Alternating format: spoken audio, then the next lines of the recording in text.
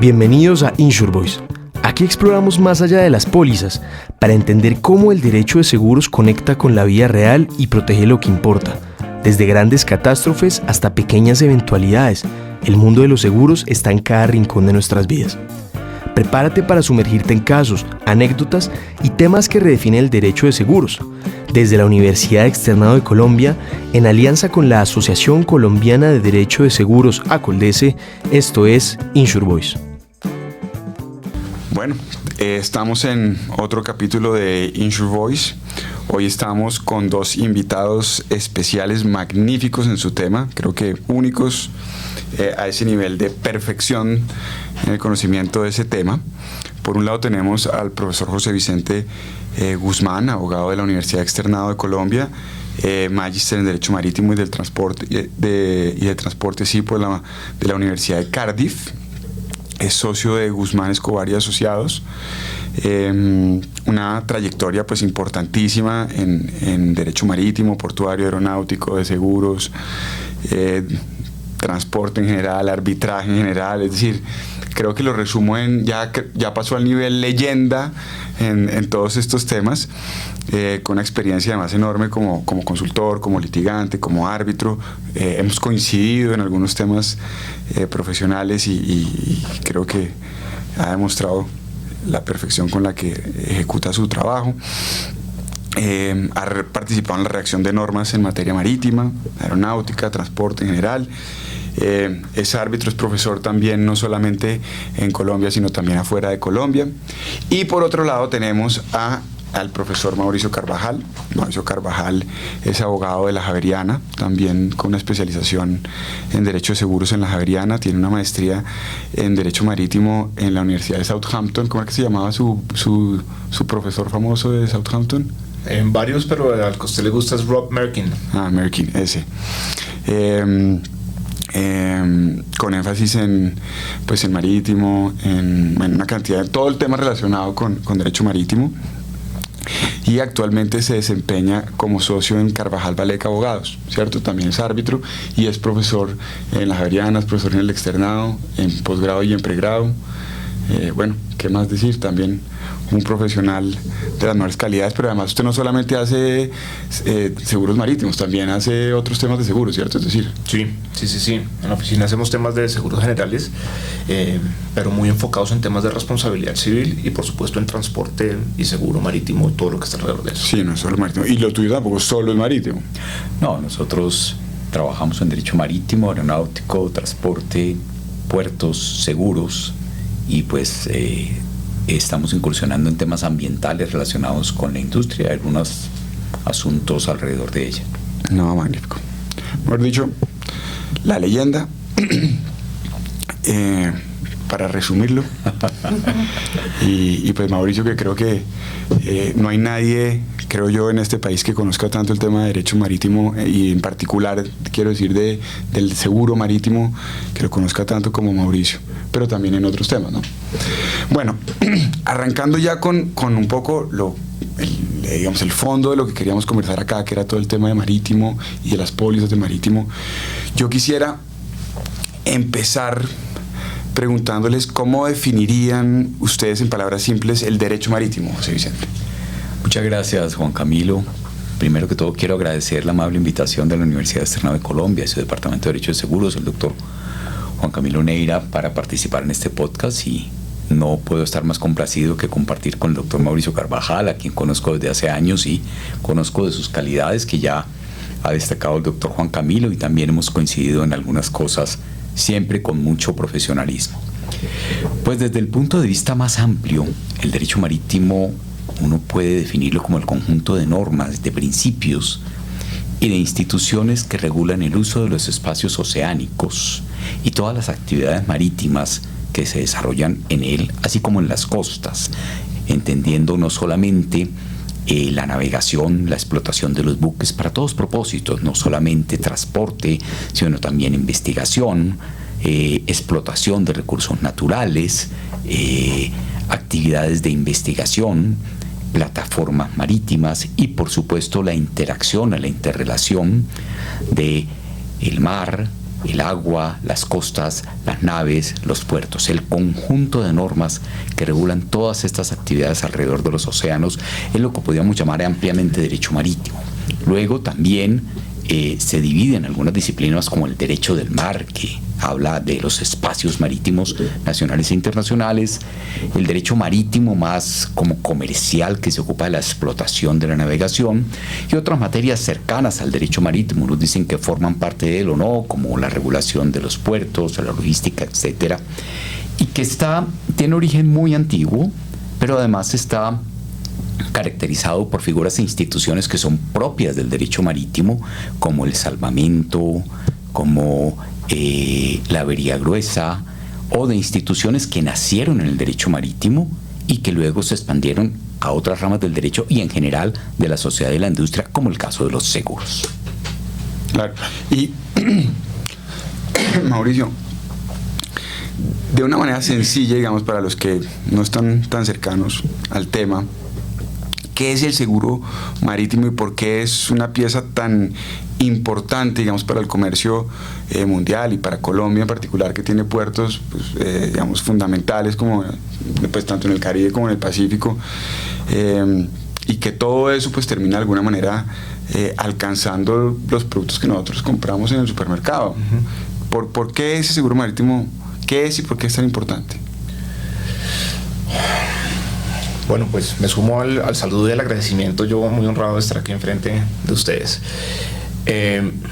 Hoy en día, más que antes, digamos que en los últimos 100 años, el valor de los intereses que hacen parte de una aventura marítima se han vuelto astronómicos.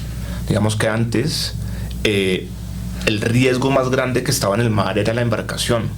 Hoy en día las mercancías que están en la embarcación superan por unos montos grandísimos el valor de la embarcación, las vidas de los tripulantes, de los pasajeros, y un tema que es bien complicado, que es el tema de la contaminación, hacen que si no hubiera seguros sería casi que inviable el comercio internacional de las mercancías, y que los costos, asumiendo cada cual el riesgo y las responsabilidades a los que se enfrenta, serían tan grandes que esos costos usualmente se terminan trasladando al precio de las cosas que después se terminan comercializando en el mercado.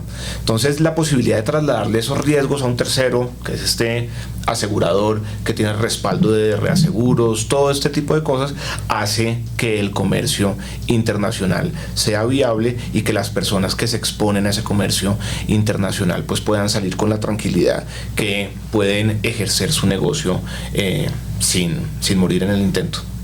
Ok. Oiga, y además uno siempre oye pues que está, tú hablas ahorita de la embarcación, pero fuera de la embarcación, fuera de la aseguradora, ¿quién más está metido en todo este cuento del derecho marítimo y los seguros marítimos? Muchos otros actores, en realidad. Alrededor de la explotación de un buque hay figuras comerciales y transaccionales muy complejas. Normalmente está, por ejemplo, el propietario del buque que tú ya mencionaste, pero ese propietario generalmente ha adquirido el buque con un sistema de financiación. Entonces hay una compañía de leasing o hay un banco. Ese buque, por ejemplo, ha sido construido o reparado por un astillero que también puede tener intereses de por medio si no le han pagado la totalidad del buque. El buque es objeto normalmente de un contrato de fletamento, de contratos de subfletamento, fletamentos totales, fletamentos parciales por espacios. Están los contenedores que son de propiedad de otras empresas y por supuesto están los intereses de la tripulación, los intereses de quienes dependen de la ganancia del flete, de la explotación del buque y por supuesto de los dueños de las mercancías. Entonces, en un solo viaje de un buque, en un solo trayecto, confluyen muchos intereses que, como bien dijo Mauricio, representan sumas económicas, a veces de cuantía muy importantes, que generalmente por el riesgo propio de la navegación requieren de un respaldo en seguros de diferente naturaleza. Y a eso usted también puede sumarle, Juan Camilo, a lo que está diciendo el doctor José Vicente, lo que hay alrededor del buque, ¿no? Dentro de la operación de la navegación, cuando un buque está entrando a un puerto, lo normal es que los países exijan que esté acompañado o que esté asistido por remolcadores, con la compañía de un piloto, están las mismas autoridades, o sea, se unen un montón de intereses y un montón de riesgos alrededor de la navegación que hace que sea muy interesante. Una de las cosas que siempre me ha fascinado de este tema es que cuando uno tiene un caso de marítimo y de seguro marítimo, lo primero que uno tiene que hacer es sentarse a hacer el mapa de quién es quién, ¿sí? Porque inclusive usted va a encontrar documentos, conocimientos de embarque que usted cree que este es el transportador, pero resulta que este está actuando como agente de este y una cantidad de cosas. Entonces para mí una de las partes fascinantes de esto es hacer ese mapa, ver ese universo de intereses que hay alrededor, y a partir de eso usted va a saber qué seguros se pueden afectar y qué responsabilidades están involucradas, pues para definir qué se hace. Y a esto se suma un interés que cada día adquiere mayor actualidad, ya lo mencionó Mauricio, y es la protección del medio ambiente marino. Hoy en día existen regulaciones nacionales e internacionales que están buscando, como lo dice el mismo lema hoy en día de la Organización Marítima Internacional, hacia una navegación más segura y más limpia. Entonces, todos los buques que transitan en el mundo y que entran a los países, dependiendo de los convenios internacionales que haya ratificado cada país, necesitan ciertos seguros de carácter obligatorio, generalmente dirigidos a compensar o a tener la seguridad de compensación del daño ambiental que pudieran llegar a producir. No, clarísimo. Oiga, pero ahorita que hablaban de los puertos son, digamos, unos ecosistemas muy complejos, con riesgos tanto en lo marítimo como en lo terrestre. Entonces, les quería preguntar un poco qué criterios se utilizan para determinar si un riesgo portuario debe ser cubierto o por una póliza de marino o por otro tipo de pólizas, como por ejemplo entonces una de responsabilidad civil o una de daños a la propiedad. Digamos, ¿cómo se logra entender eso? Y si además, por ejemplo, que entiendo que sí, pero pues ustedes son los expertos, que hay unas coberturas especializadas además para esos efectos. No sé, Mauricio, si quieres. Sí, dentro de ese ecosistema que usted presenta es bastante interesante, lo voy a hablar desde el punto de vista de los seguros, es bastante interesante cómo para el tema de infraestructura lo usual es que esos riesgos se cubran con pólizas de property, ¿sí? Pero todo lo que hay alrededor del puerto tiene que ver con marítimo, tiene que ver con regulaciones marítimas, está la mayoría de veces construidos en zonas que son reguladas por las autoridades marítimas, etcétera. Pero usted va a encontrar adicionalmente que es bien particular, y eso es una cosa que uno ve en el mercado, que para el tema de mercancías, por ejemplo, no es inusual que todo vaya bajo una cobertura que está pensada para el transporte marítimo. ¿A qué me refiero? Por ejemplo, con el uso de las cláusulas del Instituto de Londres, lo normal cuando uno está importando mercancía a Colombia es que usted compre una mercancía, no sé, en Rotterdam y se la tienen que traer a Bogotá, pues tiene un trayecto marítimo y tiene un trayecto terrestre. Ese barco tiene que parar en un puerto, descargar la mercancía, cargarla en un camión y traerla hasta destino final. Lo usual es que todo ese trayecto venga amparado con una cobertura que está pensada para el trayecto marítimo, pero que me va a cubrir también el terrestre. Y me va a cubrir un pedazo que es bien particular, que es el pedazo de las estadías. Cuando yo descargo la mercancía y la tengo ahí guardada un tiempo mientras la vuelvo a cargar. Y es así como usted ve en esas pólizas, usualmente en la cláusula número 8, le explican a usted qué se entiende por una estadía de las que están cubiertas. Pero a eso súmele que usted tiene las responsabilidades del puerto. Responsabilidades del puerto frente a las naves, frente a terceros, frente a la carga que se está. Entonces hay algunas pólizas también para puertos que son especiales para cubrir eso. Por ejemplo, están las LSW de Waveline que cubren eso. Últimamente no. O sea, hay una cosa que se llama el Port Package, que tratan de empaquetar en una sola todo esto, y hay otros productos, como lo hablábamos con José Vicente el otro día, que son las Stock Throughput, que pues no sé si tú quieras hacer alguna mención al respecto. Sí, las Stock Throughput son unas pólizas que partieron, como dice Mauricio, generalmente el seguro de las mercancías se basaba en el transporte y las estadías. Como las Stock Throughput tuvieron una filosofía distinta, o sea, partir del seguro estático, o sea, el seguro en el almacenamiento, y extenderlo hacia el transporte, que también ha sido pues una visión interesante. Pero yo creo que con el correr del tiempo se ha visto que la dinámica de una póliza de seguro de transporte es mucho más apropiada, en mi opinión personal, que la de la póliza de Stock to Put, y mostró algunas dificultades en su aplicación, sobre todo al momento de interponer algún reclamo. Pero como bien dijo Mauricio, En la actividad portuaria o en la actividad donde confluye la operación marítima con la operación portuaria hay muchos actores. Hoy en día las sociedades portuarias tienen que tener unos seguros no solamente de responsabilidad civil por el contrato de concesión portuaria, sino que también tienen coberturas especializadas sobre la responsabilidad civil de los puertos. Los operadores portuarios o empresas estibadoras que están operando en el puerto también tienen que tener un seguro de responsabilidad civil. Si a eso miras en qué momento ocurrió el daño o pérdida de una mercancía o un accidente que puede tener consecuencias fatales o lesiones personales, hay que ver en qué fase de la operación marítima o portuaria ocurrió el evento para saber qué cobertura es la que puede ser la que realmente está llamada a amparar el evento, y muchas veces se entrecruzan ellas. Claro, se traslapan, y eso súmale que al puerto entran camiones, ¿no?, para cargar la mercancía. En algunos puertos, pues en Colombia no en la frecuencia que uno quisiera, hay cargue en trenes, en Santa Marta. Sí. Entonces todo eso hace que pues digamos que esa interacción de todos estos actores y de las posibles pólizas que se pueden afectar, pues hace que esa labor investigativa, cuando hay un siniestro, pues sea bien especial. Un paréntesis. José Vicente, tú ahorita hablabas de la avería gruesa. ¿Qué es todo el tema de la avería gruesa que pareciera un tema exclusivo de esta industria del marítimo? Pues sí es exclusivo, pero no es tan lejano como uno se puede imaginar, y proviene de un principio supremamente antiguo que incluso hasta el Código de Hammurabi tenía uno de los eventos de avería gruesa que se llama el Jettison, la echazón de mercancías, y viene con una concepción de aproximación hacia el riesgo un poco diferente que en las actividades terrestres, que es muy propia de las actividades marítimas. Es decir, el agua es un medio ajeno al hombre, somos animales terrestres, y en la navegación se enfrentan riesgos que a veces son completamente imprevistos, y en esos riesgos muchas veces la filosofía que tiene el derecho marítimo y las instituciones es que el riesgo debe compartirse entre todos los intereses involucrados en el mismo.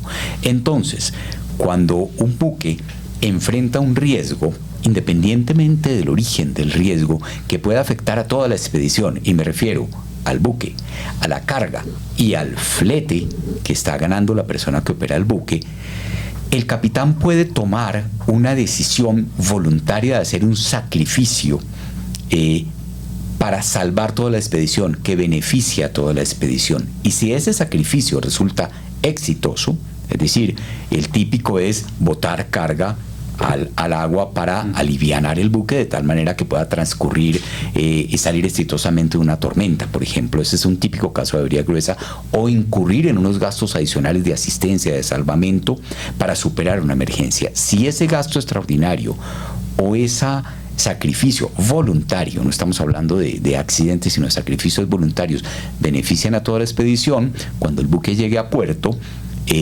tiene derecho el armador del buque a pedir que el gasto extraordinario en el que se incurrió el sacrificio sea reparado por el conjunto de todos los intereses beneficiados por él. Por eso es que a veces llega la carga al puerto y antes de que te entreguen el contenedor al consignatario le dicen: debes una plata que tienes que pagar una contribución en algo que el importador no tiene ni idea. Pero la buena noticia es que todas las pólizas de seguro de transporte de mercancías, entiendo, Mauricio, corrígeme si me equivoco, tanto el clausulado tipo A como el B como el C, que es el de mínimo riesgo, tienen la cobertura de avería gruesa y pueden a través del seguro pedir que en vez de pagar ese dinero o garantizar la contribución de avería gruesa, pedirle a su compañía de seguros, porque eso ya está amparado, que preste la garantía, y con eso puede liberar su carga y tiempo después se hará la liquidación de la avería gruesa y el seguro pagará la contribución, salvo que existan contingencias que puedan permitir el cuestionamiento de la misma. ¿Tú crees que sería adecuado decir que eso es otro de los temas lindos del marítimo? Que hay como una ficción con el tema de la aventura marítima, donde sin ponerse de acuerdo se crea una sociedad entre esos tres intereses, buque, carga y flete, de forma tal que si se genera un sacrificio o un gasto, una comunidad que afecta a uno de ellos, hace que los otros respondan.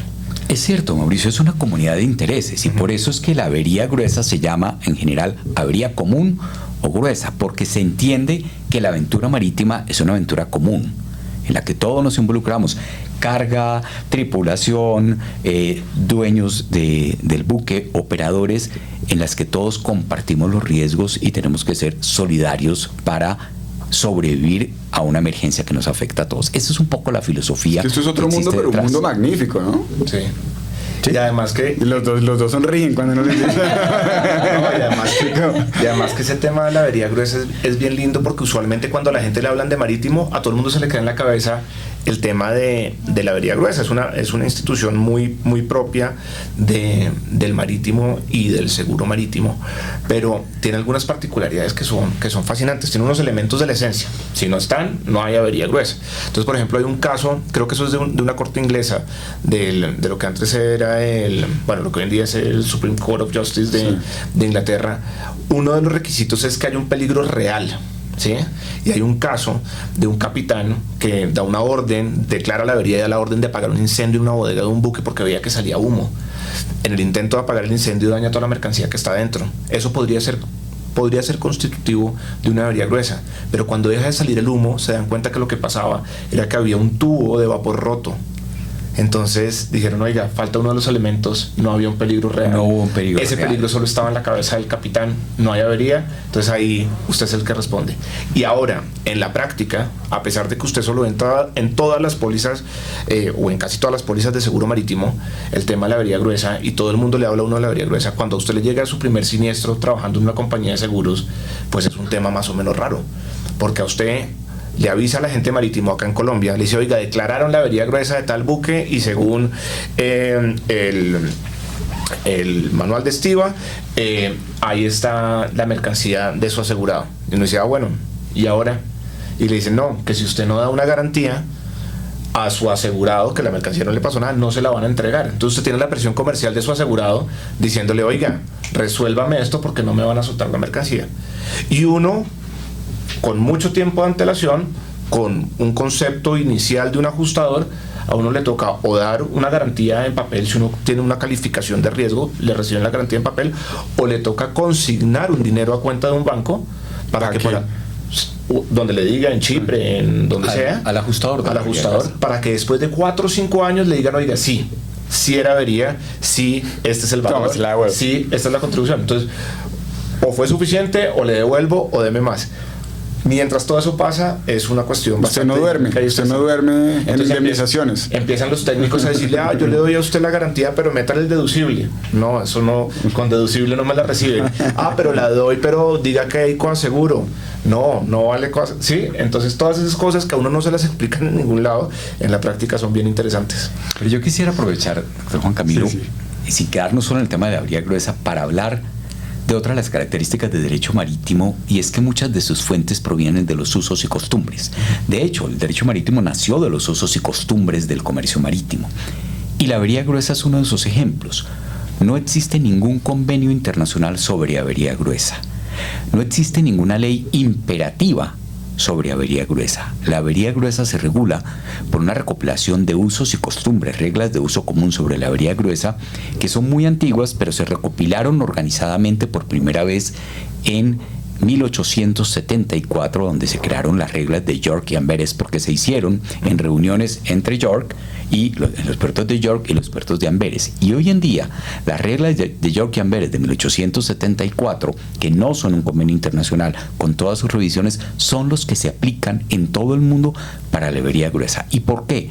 Porque no existe conocimiento de embarque ni contrato de fletamento en el mundo, ni póliza de seguro que no remita a las reglas de York y Amberes para resolver los temas de la avería gruesa, que es otra de las particularidades del derecho marítimo. Como a veces una norma que no tiene fuerza imperativa rige una institución como estas que tiene cientos de años. Bueno, cuando la gente normalmente asegura un carro, pues piensa en estar protegida por si le roban el carro o por si le chocan el carro, eventualmente por si ellos atropellan a alguien, ¿cierto? Pero en marítimo, ¿qué tipo de riesgos se cubren? Es decir, se piensa solamente en un tema de el barco se hundió, la mercancía se dañó. Es decir, ¿cuáles son todos esos riesgos y cuáles son esas coberturas que están detrás de esos riesgos que encuentra uno en el mar? Mauricio. cuánto riesgo a usted se le pasa. La piratería, la contaminación de la que hablaba José Vicente. Cuánto riesgo a usted se le pase por la cabeza, tiene una cobertura de seguro. Como lo decía José Vicente, la actividad marítima es riesgosa per se.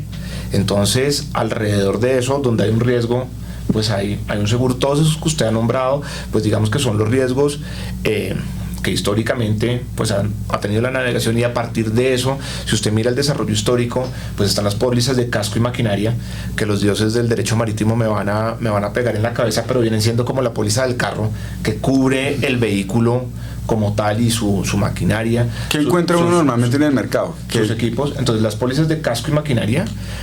Después, con el desarrollo de los riesgos, aparecen las mutuales con los P&I para cubrir esos riesgos, entre comillas, de daños a terceros. Pero explíquele para alguien que no tenga ni idea de seguros, casco, ¿qué implica? ¿Qué implica? Casco le va a cubrir a usted muy a grandes rasgos los incidentes fortuitos que sufra la embarcación, por ejemplo un abordaje, ¿sí? Entonces se dañó el casco, la estructura si la estructura del marítimo de pronto no está bien, la parte metálica del buque que usted ve sufre un daño por un abordaje, por una colisión, porque se encalló, por temas de piratería que secuestran el buque para pedir un rescate. Hay incendios, o sea, hay un montón de riesgos que cubren los temas de casco, pero lo que hay que pensar es que el seguro de casco es el seguro de la embarcación como vehículo transportador y sus equipos. Después están las pólizas de P&I, que son de los clubes de protección e indemnización, que cubren temas, no son seguros de responsabilidad civil, pero cubren temas que son muy parecidos a lo de responsabilidad civil: daños a bienes de terceros, daños a instalaciones portuarias, a mercancía, a pasajeros, a lo que sea, pero también, y ahí es donde se diferencia con los temas de responsabilidad civil. Usted ve, por ejemplo, que tiene coberturas de repatriación de polizones, tiene repatriación de tripulantes heridos o muertos, tiene reemplazo de tripulantes, tiene temas de gastos por cuarentena. Por ejemplo, todo el tema de COVID tuvo mucho que ver con eso, con la particularidad adicional frente al tema de la responsabilidad civil, que por eso es un rollo cuando aquí en Colombia le ponen P&I a una cobertura de responsabilidad civil. Que ustedes miran en las reglas de los clubes de P&I, hay un principio que es básico del P&I, y es el de pay to be paid, y es que el P&I, que es este seguro de todos estos amparos que le digo, le dicen a su asegurado: usted pague si hay cobertura y después yo le reembolso. Entonces no hay acción directa. Hay unas diferencias bien grandes. Están los seguros de carga, pero adicionalmente está todo el tema de financiamiento de buques, está el tema de construcción de embarcaciones, está el tema de astilleros. ¿Qué es un P&I? Un P&I es un club de protección e indemnización, que es un seguro mutual. Así como los seguros nacieron en el derecho marítimo, los seguros mutuales también nacieron en el derecho marítimo. Tradicionalmente el seguro de compañías de seguros, o como nació el seguro en el Lloyd's, en casco y maquinaria cubría por razones incluso de distribución del riesgo, cubría hasta a los 3/4 de eventos de responsabilidad civil que pudiera tener un armador. El otro cuarto no lo cubría, el 25% no lo cubría. Y había muchos otros riesgos que el sector asegurador no cubría, porque eran demasiado excesivos, la exposición patrimonial era muy alta. Y entonces los armadores, hace más o menos 400 años, empezaron a formar unos clubes, por eso se llaman clubes de protección e indemnización, para generar un seguro mutual, un autoseguro, pero con base en mutualidad, y empezaron a crearse unos fondos que tienen pues personería jurídica propia, como unos patrimonios autónomos, en los cuales cada armador hacía una contribución anual a un fondo que estaba destinado a cubrir esos riesgos que no cubría el mercado asegurador tradicional, y esos fondos se llaman clubes de protección e indemnización. Su nombre lo indica, son clubes para proteger la industria armatorial en el caso de que el seguro no brinde el respaldo suficiente, y para proveer indemnización de los daños que igual no encuentran en el seguro tradicional. Y tienen varias características, una de las cuales ya mencionó Mauricio, el pay to be paid. Y el tradicional, otro tradicional, es que son seguros que se basan en la mutualidad, pero típica mutualidad. Es decir, que si al final de un ejercicio fiscal, que normalmente creo que es en febrero de cada año, el fondo no fue suficiente para pagar todos los siniestros del año, llaman a los miembros del club, o sea, a los asegurados, y les dicen, tienen que hacer una prima adicional, lo llaman un additional call, dicen una prima adicional porque realmente no alcanzó a cubrir. Y del mismo modo, si sobra dinero, aunque es muy raro que lo devuelvan, el dinero puede servir para afianzar patrimonialmente al fondo, al fondo mutual de aseguramiento, y ese dinero pues puede significar que la prima o el call, como lo llaman en la técnica del seguro de P&I, sea más baja el año entrante y el año siguiente, la cobertura fiscal siguiente. Eso es básicamente, tiene otros principios, pero es básicamente cómo funcionan. En realidad no hay una póliza de seguro. Ellos tienen un libro, un reglamento, que se llama el libro del P&I Club. Las reglas del P&I Club. Entonces, como cuando tú entras a un club y te dan los estatutos del club, eso es más o menos lo que dice, lo que establece. Pero el Marine Insurance Act de 1906, que es la ley de seguro marítimo, que es como la madre de todas las leyes de seguro marítimo en el mundo, establece, ya no recuerdo en cuál sección, con una gran injerencia en los seguros. Claro, que establece que el seguro de P&I funciona en general con los mismos principios del seguro marítimo, salvo las excepciones que establece el propio reglamento de cada club. No, magnífico. Ustedes hablaban un poco de, siempre se llevan como hace 400 años, hace tanto tiempo, pero yo tengo la impresión, pero usted es el experto, en que realmente aquí se reunían en unos cafés y echaban carreta y así fueron diseñando un poco todo este modelo aseguraticio marítimo. ¿No era algo así? ¿Pero aquí en dónde? No, en Inglaterra. Sí, pues está pues es que en realidad el tema de los seguros, sino que uno insiste tanto en esto que dicen estos son muy antipáticos, los de los seguros marítimos, y que se creen, pero todo el tema del famoso café de Edward Lloyd hablaba era de esto. A uno le hablan de Lloyds y hay gente que dice, no, Lloyds es una aseguradora. Y no, es un mercado, pero es un mercado que empezó en un café donde un señor que no hacía seguros.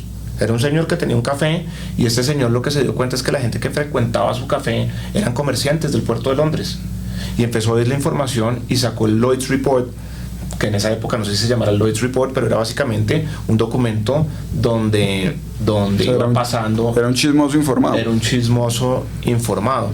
Y cuenta la leyenda, no tengo ni idea si sea esta o la otra. No sé si sea así o no, que después llegó el punto en el que empezaron a notar los riesgos en las paredes del café, y los underwriters, porque escribían abajo, aceptaban unirse a ese riesgo, no tan en el esquema de seguro como lo conocemos hoy, pero sí, si el buque llegaba a destino y volvía o como fuera con éxito, pues se ganaban un valor, y si no, contribuían. Y usted en realidad, no sé si han tenido la posibilidad de ir a Lloyd's hoy en día, es fascinante cómo están los suscriptores en su booth, que es una mesita chiquita, tienen su sello. Obviamente hoy en día ya les han dado un montón de información antes, pero llega la gente a contarles y les dice, oiga, tengo este buque que va a hacer una exploración a la Antártida, tiene estas características, me acompaña, sí, voy con tanto, sello, y así van recogiendo, y así funciona desde hace cientos de años.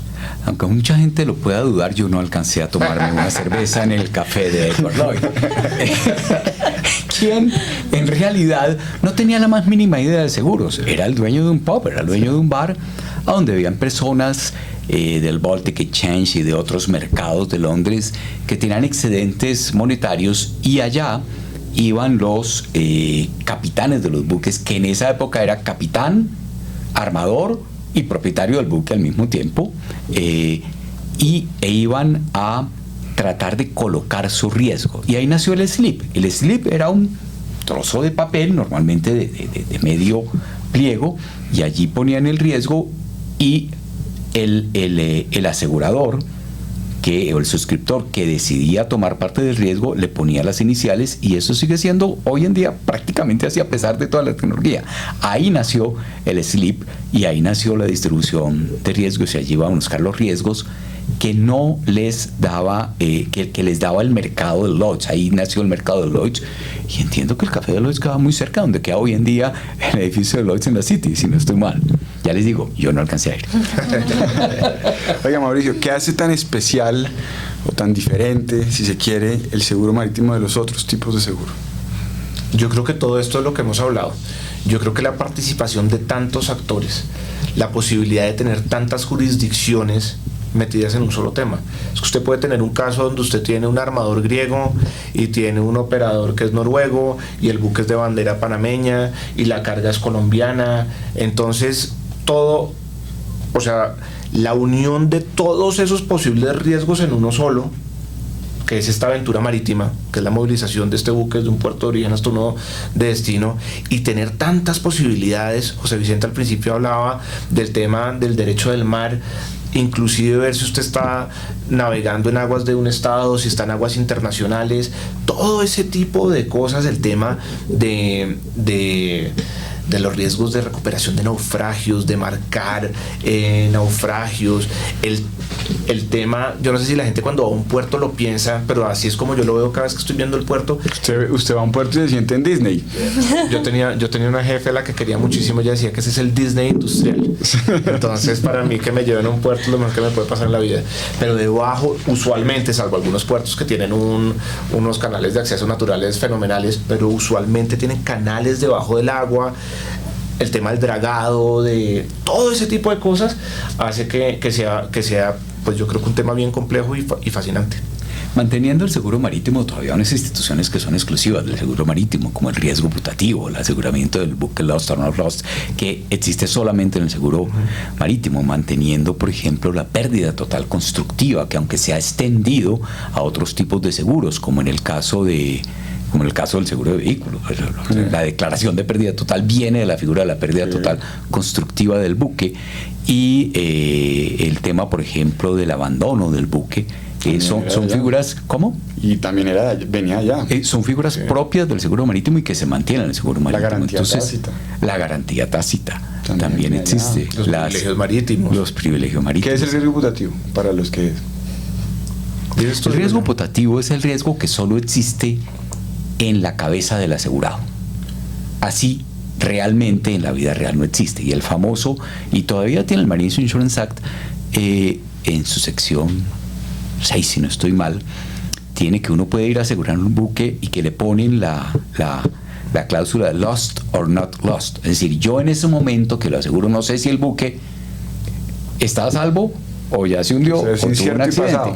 Se entendía porque en esa época no había manera de tener los mecanismos de información suficientes para saber si el buque realmente está perdido o no. A diferencia de lo que dice el código, que normalmente dice que el riesgo es un suceso futuro e incierto, aquí es incierto. Pero claro, si usted ve la definición del riesgo en el Código de Comercio colombiano, le dicen los riesgos ciertos, salvo la muerte, los físicamente imposibles serán inasegurables, como también lo será la incertidumbre subjetiva.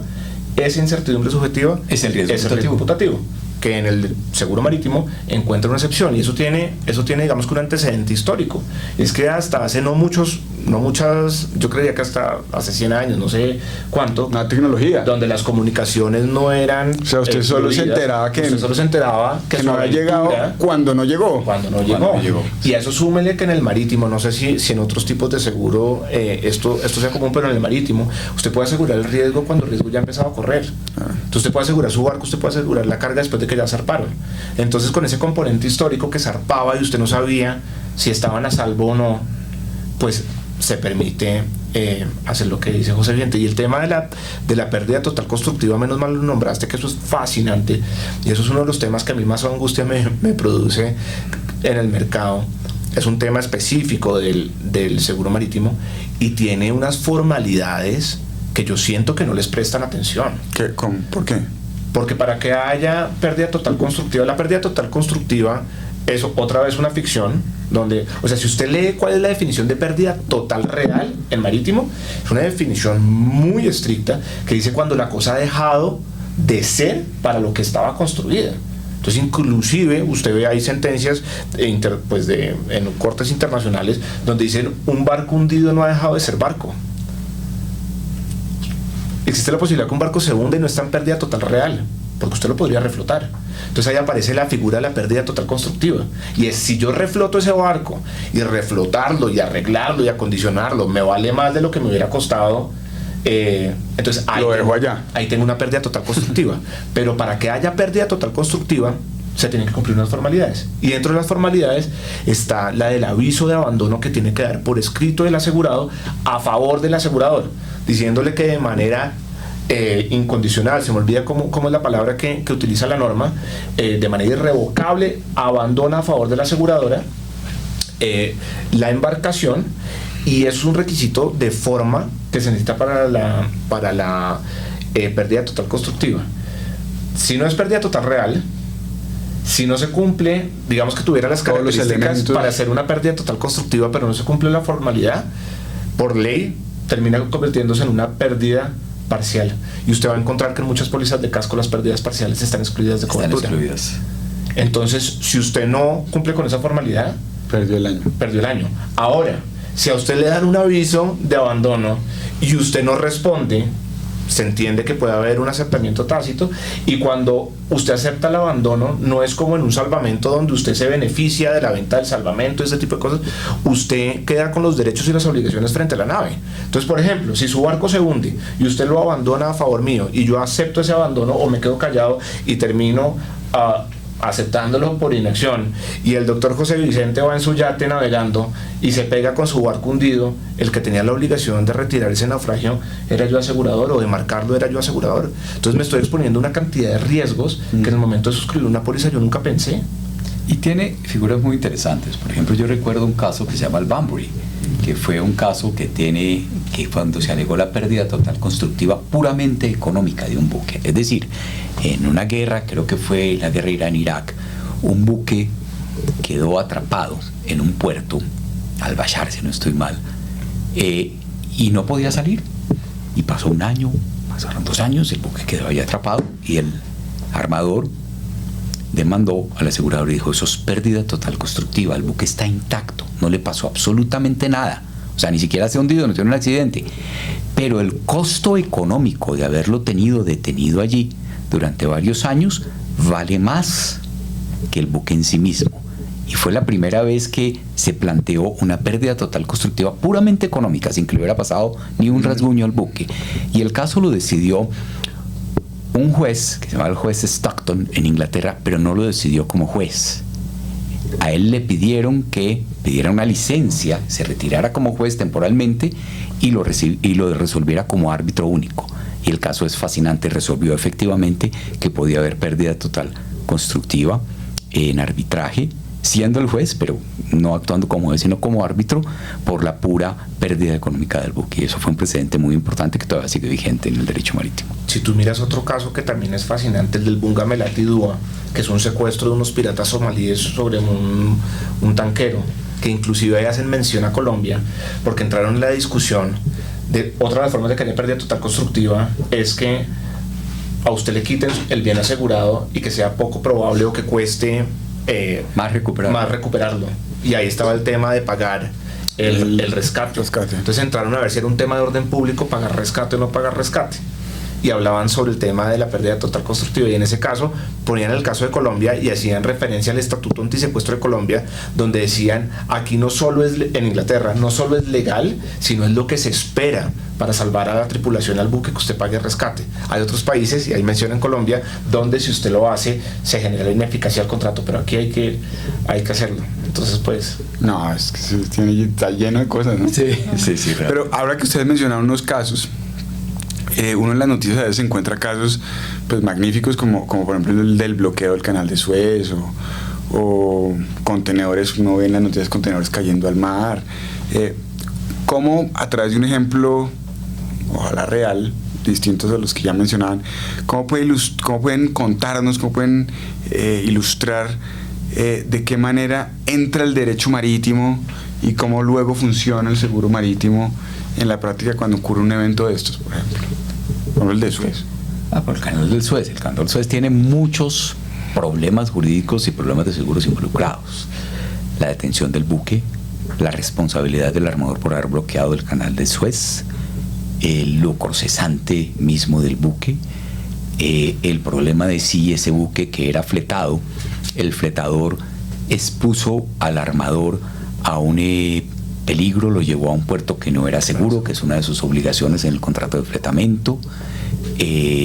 Obviamente hay temas sin duda se declaró una avería gruesa, y por lo tanto todos los contenedores que están a bordo de ese buque o temas de salvamento, temas de asistencia. El marítimo, eso es otra cosa. El marítimo, el salvamento no es el salvamento en el que uno piensa general en los seguros, sino es en ese actuar de un tercero para salvar la embarcación o los bienes, y ese tercero se gana una recompensa si tiene un resultado útil. Entonces, para el famoso principio de no cure, no pay, o sea, la empresa de asistencia y salvamento coge bajo su propio riesgo, e incluso es una figura que está regulada en todos los códigos del mundo y tiene varios convenios internacionales. No tiene que haber un acuerdo de voluntades, es decir, puede ser sin firmar un contrato. Hoy en día existen unos contratos estándares, el United Kingdom Standard Conditions of Salvage es uno de los que más se utiliza, y generalmente se firma un contrato, simplemente pues en una emergencia se acepta las condiciones.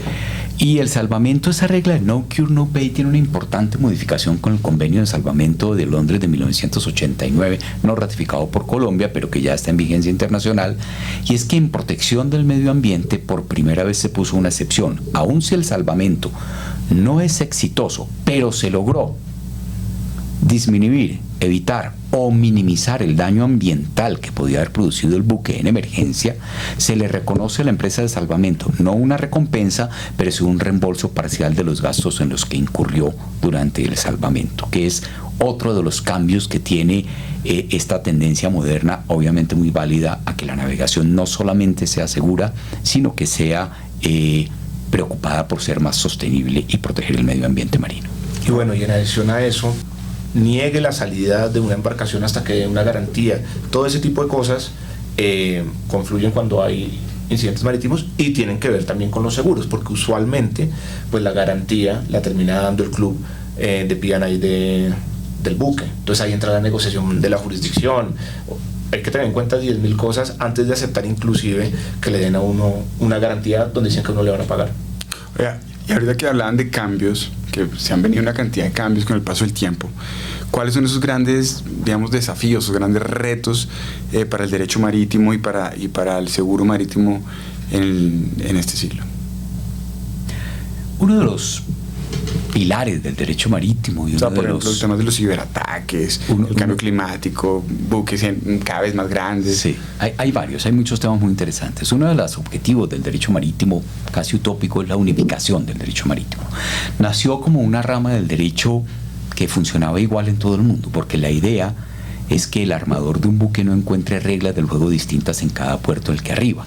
Entonces ha habido muchos mecanismos de unificación. El primero fue los usos y costumbres, pero desde hace más o menos unos 120 años el mecanismo más efectivo de unificación del derecho marítimo es el de los convenios internacionales. Y uno de los retos que tiene el mundo es precisamente que esta regulación responda a tendencias modernas. Por ejemplo, se están discutiendo mucho sobre cuál puede ser la regulación, cómo va a cambiar el derecho marítimo con los buques no tripulados que ya existen. O sea, existen buques que ya están surcando los mares, que no tienen un solo tripulante y que se comandan los buques y se manejan los buques desde una estación en tierra a través de un sistema satelital. ¿Cómo va a cambiar eso las reglas del juego del derecho marítimo? Cuando ya tú no puedes decir, hay un capitán. Y todas las convenciones internacionales tienen el capitán, el tripulante, el armador. Entonces eso va a ser un cambio importante. El capitán lo puede cazar. Exactamente. Lo puede cazar. No lo puede arrestar. Sí. Y lo puede divorciar también. Que quiten el capitán. Pero, por ejemplo, eso es uno de los retos. ¿Qué va a pasar con los buques no tripulados? El otro reto importante es el de los ciberataques. Otro reto importante pendiente de regulación es si se necesita una regulación a nivel de convenios internacionales para la responsabilidad por la contaminación derivada de plataformas offshore.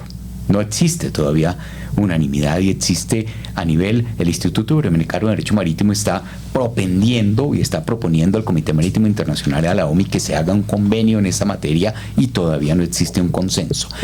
En este tema de convenios marítimos internacionales ha habido mucho avance y Colombia estuvo de espaldas a los convenios internacionales marítimos durante más de 20 años. El último convenio internacional marítimo que ratificó Colombia fue en el año 2004, que fue el convenio OPRC, que es un convenio que establece reglas para la asistencia y preparación entre diferentes países para prevenir posibles eventos de contaminación por hidrocarburos. Fue una ley del 2004. La siguiente ley que aprobó un convenio internacional marítimo en Colombia fue del 2024. 23-24-19 del 2024, que aprobó el protocolo del 88 de SOLAS y el protocolo del 88 al convenio de líneas de carga, y la ley 2362 del 2024, que aprobó un convenio que se llama el convenio de aguas de lastre y sedimentos de los buques. Pasaron 20 años sin que Colombia ratificar un convenio internacional marítimo. Estas dos leyes del 2024 están actualmente siendo objeto de revisión en la Corte Constitucional, como ordena la Constitución Política.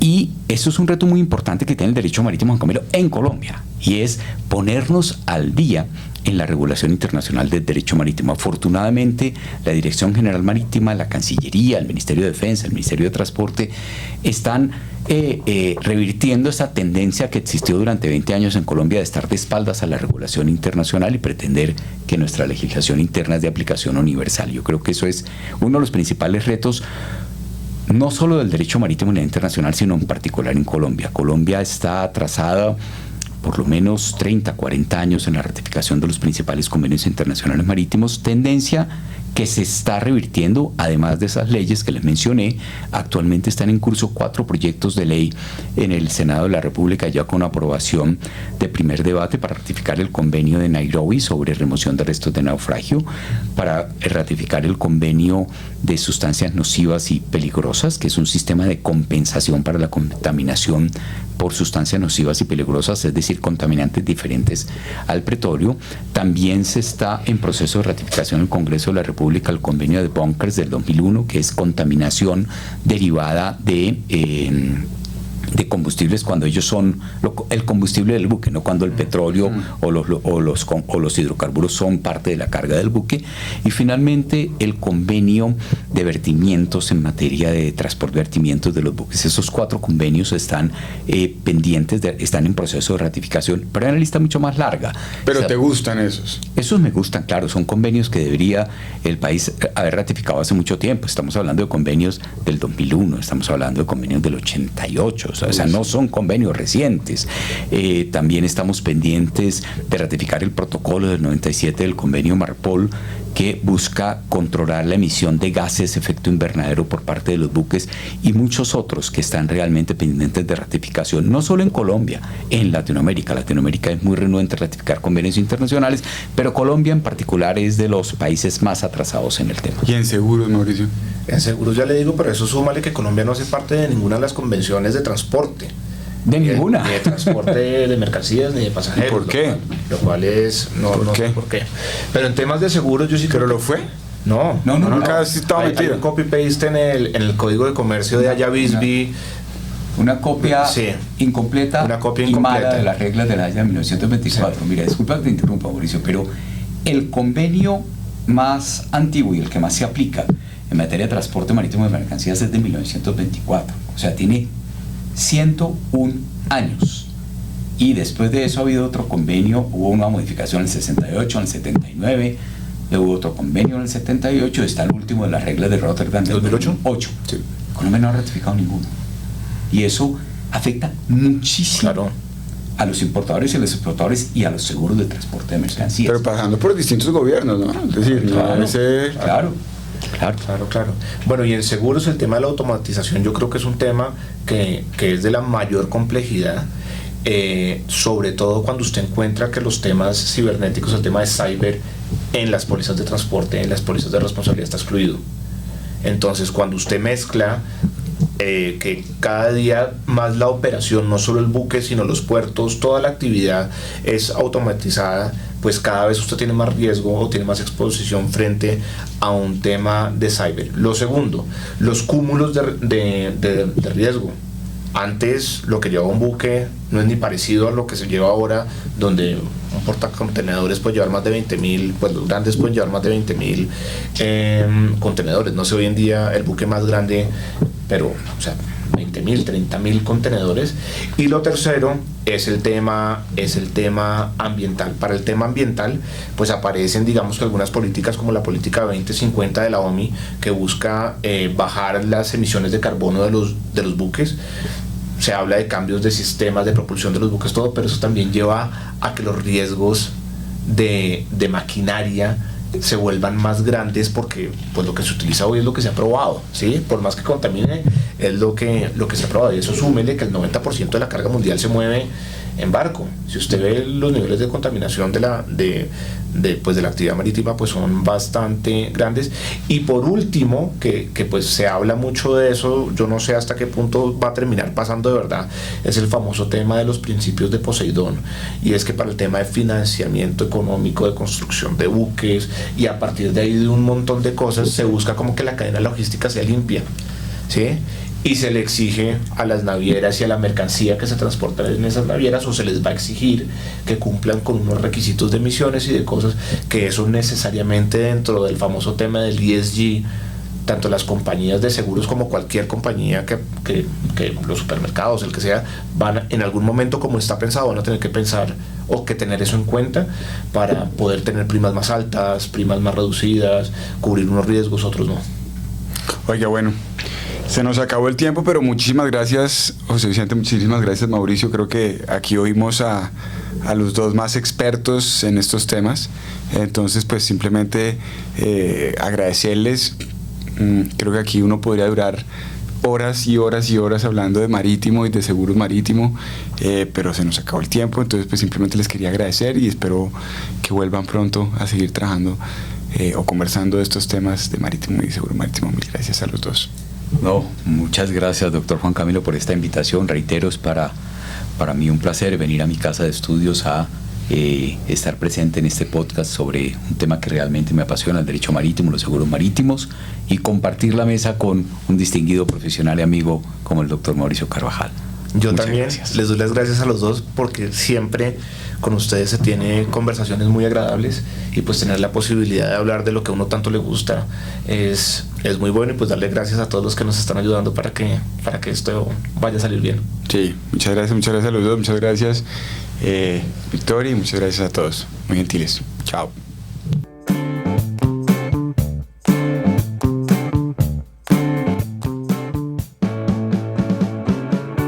Y así llegamos al final de este episodio de InsurVoice, el podcast sobre derecho de seguros de la Universidad Externado de Colombia en alianza con la Asociación Colombiana de Derecho de Seguros, ACOLDESE. Esperamos que esta conversación haya brindado nuevas perspectivas sobre el mundo de los seguros. Recuerden que pueden seguirnos en nuestras redes sociales a través de Instagram, Facebook y los canales de YouTube.